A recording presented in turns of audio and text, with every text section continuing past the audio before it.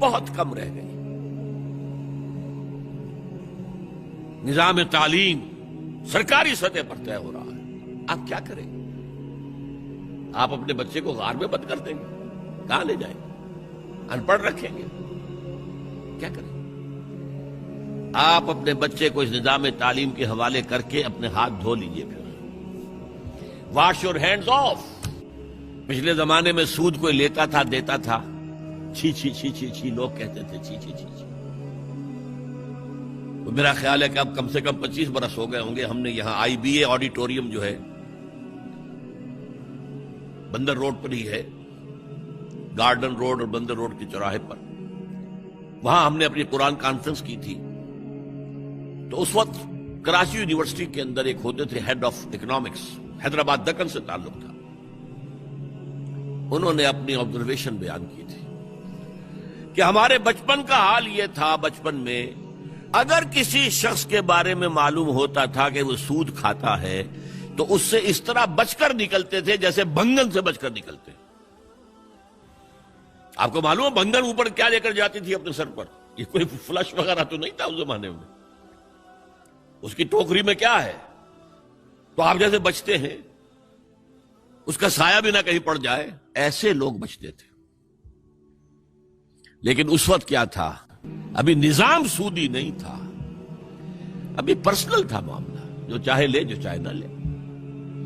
آج پورا نظام سود میں جکڑا ہوا،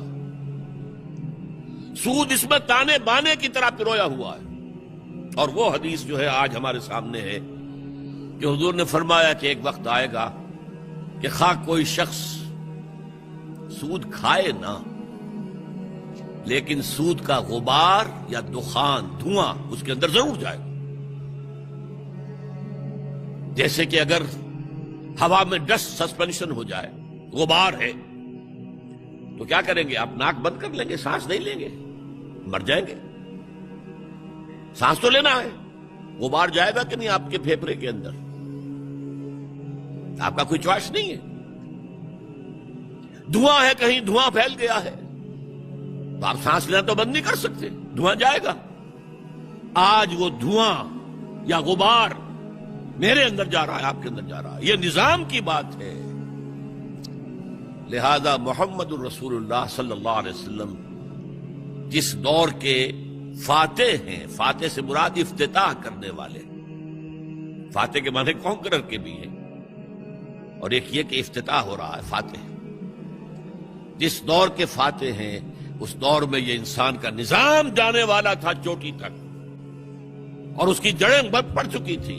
الیوم اکملت لکم دینکم واتممت علیکم نعمتی ورضیت لکم الاسلام دینا. لہذا شہادت حق کار رسالت کے لیے شہادت کی ذمہ داری تب پوری ہوگی جب وہ نظام قائم کر کے دنیا کو دکھا دیں. اچھا، اب سنیے دوسری بات جو اس امت کے لیے خاص ہو گئی. دیکھیے، ہمیشہ سے رسالت کا معاملہ 2 کڑیوں پر مشتمل تھا. سورہ حج کے آخری رکوع میں فرمایا اللہ یصطفی من الملائکۃ رسلا ومن الناس. اللہ پسند کر لیتا ہے، چن لیتا ہے فرشتوں میں سے بھی اپنے پیغامبر اور انسانوں میں سے بھی. کیا مطلب؟ اللہ نے پیغام پہنچانا ہے انسانوں کو. 2 لنکس آ گئیں بیچ میں. اللہ سے جبرائیل نے لیا، یہ ہے ملک، رسول ملک، اور پہنچا دیا محمد کو صلی اللہ علیہ وسلم، یہ ہے رسول بشر. رسول نے جبرائیل سے لیا اور پہنچا دیا امت کو. یہ 2 کڑی ہیں رسالت کی، خوب نوٹ کر لیجیے. اللہ یصطفی، پسند کر لیتا ہے، فرشتوں میں سے جبرائیل کو پسند کیا، اور پھر وقتاً فوقتاً انسانوں میں سے جس کو چاہا. ان اللہ اصطفیٰ آدم و نوحا وآل ابراہیم وآل عمران علی العالمین. جن کو چاہا چن لیا، پسند کر لیا. عیسیٰ کو پسند کر لیا، موسیٰ کو کر لیا، جس کو چاہا پسند کر لیا. اب محمد کو کیا صلی اللہ علیہ وسلم. لیکن جب تک نبوت جاری تھی یہ 2 ہی کڑیاں تھیں. اگر ایک رسول کا پیغام لوگوں نے بھلا دیا، پھر کوئی رسول آ گیا. پھر فرشتہ آ گیا، وہ اللہ سے لے کر رسول کو پہنچا رہا ہے، رسول مجھ سے لے کر لوگوں کو پہنچا رہے ہیں۔ کچھ عرصے کے بعد پھر یہ سلسلہ چلتا رہا تاں آ کے بعثت ہوئی محمد الرسول اللہ صلی اللہ علیہ وسلم، اور آپ کی بعثت پر آ کر نبوت ختم۔ اب نہ کوئی نبی آئے گا نہ رسول۔ اچھا، انسان تو ختم نہیں ہوئے، اب وہ پروسیس جو اس کا تقاضا تھا، یہ نبوت اللہ کی کوئی ہابی تو نہیں تھی نا، کوئی پیس ٹائم تو نہیں تھا، ایک ضرورت تھی لوگوں پر حجت قائم کرنا کہ لوگ یہ نہ کہہ سکے اللہ ہمیں معلوم نہیں تھا۔ اب ہم سے محاسبہ کس بات کا لے رہے ہیں؟ ہمیں تو بتایا ہی نہیں گیا کہ شراب حرام ہے، تو شراب پینے پر محاسبہ کیسے؟ اسی لیے اس بات کو سورہ نساء میں کہا گیا ہے، 6 پارے کے شروع میں۔ گلدستہ ہے بہت بڑا انبیاء کے رسولوں کا، ناموں کا، بہت خوبصورت۔ رسلا مبشرین و منذرین لئلا یکون للناس علی اللہ حجۃ بعد الرسل وکان اللہ عزیزا حکیما۔ اب دیکھیے لام اور علی کا پھر استعمال آ گیا۔ القرآن حجۃ لک او علیک، ہم نے اپنے رسولوں کو بشیر اور نذیر بنا کر بھیجا تاکہ نہ رہ جائے لوگوں کے حق میں کوئی دلیل اللہ کے مقابلے میں۔ اللہ ہمیں تو نہیں بتایا، ہم تک تو یہ بات پہنچی نہیں۔ How come? We are not responsible, we are not accountable. ٹھیک، تو اس لیے اب یہ کام کون کرے گا؟ اب دیکھیے ان 2 لنکس کے ساتھ ایک تیسری لنک لگا دی گئی۔ اللہ کا پیغام جبرائیل لائے، محمد کو پہنچایا صلی اللہ علیہ وسلم۔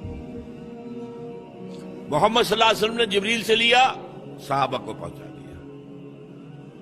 اب تیسری لنک ہے امت محمد صلی اللہ علیہ وسلم۔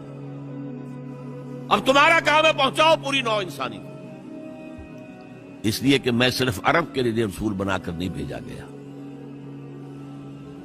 وما ارسلناک الا کافۃ للناس بشیرا ونذیرا، ہم نے نہیں بھیجا ہے نبی آپ کو مگر تمام نوع انسانی کے لیے بشیر اور نذیر بنا کر۔ تو حضور نے تو خود صرف عرب تک تبلیغ کی ہے، باقی کچھ خطوط لکھے ہیں، اس سے کوئی حجت تو قائم نہیں ہو جاتی۔ مکے والوں پر 12 برس تبلیغ کی ہے، ہندوستان میں تو کوئی آیا ہی نہیں، چین میں کوئی پہنچا ہی نہیں، تمام دنیا تک یہ کام اب امت کے حوالے کیا۔ یا تو حضور رہتے قیامت تک اور تمام نوع انسانی تک اس دین کو پہنچا کر اور کل روح ارضی پر اس دین کو غالب کر کے سرخرو ہو کر اللہ کی خدمت میں حاضر ہو جاتے، لیکن نہیں، اللہ کی حکمت ہے، اے نبی اب آپ کی امت کا کام ہے۔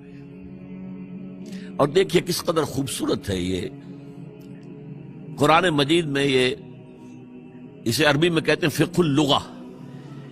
لغت کا بھی ایک تفقہ ہوتا ہے گہرائی میں۔ ایک لفظ جو ہے، اب 2 لفظ ہیں قرآن میں، استفا پسند کر لینا، اجتبا چن لینا۔ یہ دونوں لفظ ہم استعمال کرتے ہیں حضور کے لیے، محمد مصطفیٰ اور احمد مجتبی صلی اللہ علیہ وسلم۔ ان میں فرق کیا ہے؟ بہت مشکل سوال ہے، بہت مشکل سوال ہے۔ دیکھیے استفاء میں پسند کرنے والے کی پسند کو دخل ہے، اجتباء میں کسی کام کے لیے کسی کو سلیکٹ کرنا ہے۔ ٹو چوز از استفاء، ٹو سلیکٹ از اجتباء۔ آپ کو ہاکی کی ٹیم باہر بھیجنی ہے تو آپ مقابلے کرواتے ہیں، دیکھتے ہیں کون اچھے کھلاڑی، سلیکشن ہوتی ہے، سلیکشن ہے، یہ سلیکشن ہے۔ اور ایک کوئی گیا ہے باغ کی سیر کو اور گلاب کے ایک پودے میں 10 پھول لگے ہوئے ہیں، اس کے دستے ہنائی نے ایک پھول توڑ لیا، پسند کر لیا، اس کی پسند پر ہے، اٹس ہر چوائس۔ تو چوائس ٹو چوز از استفاء، ٹو سلیکٹ از اجتباء، اور دونوں بہت قریب۔ اب امت کے لیے کیا کہا؟ جاہدوا فی اللہ حق جہادہ ھو اجتباکم، اسی رکوع میں، وہی سورہ حج کا آخری رکوع، 6 آیتوں پر مشتمل قرآن مجید کا جامع ترین رکوع، جس میں پہلے فرمایا اللہ یصطفی من الملائکۃ رسلا ومن الناس، آگے فرمایا یا ایھا الذین آمنوا ارکعوا واسجدوا واعبدوا ربکم وافعلوا الخیر لعلکم تفلحون وجاہدوا فی اللہ حق جہادہ ھو اجتباکم، اللہ کی راہ میں جہاد کرو جیسا کہ اس کے لیے جہاد کا حق ہے، اس نے تمہیں چن لیا ہے، اپنے نصیب پر فخر کرو، اب تم رسالت کی ایک کڑی کے طور پر، اس سے بڑا منصب کوئی ہوگا؟ یہ کڑی، یہ ہے امت محمد۔ اب اس کو سمجھیے قرآن مجید میں کیسے بیان کیا گیا۔ اسی سورہ حج کی آخری آیت میں فرمایا یہ جو تم سے کہا رہا جہاد کرو جتنا کہ جہاد کا حق ہے، کس لیے؟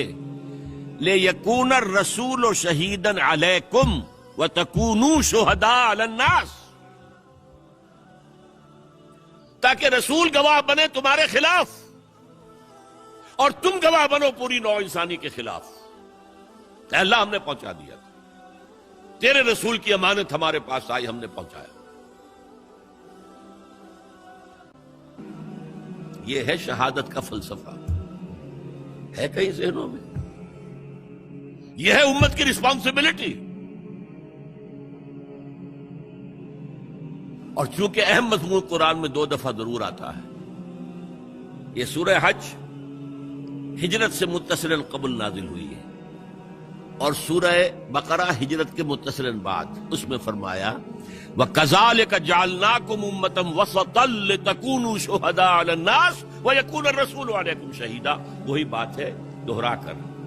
اسی طرح تو ہم نے تمہیں ایک درمیانی لنک بنا دیا ہے امت کی حیثیت سے، امتاً وسطاً۔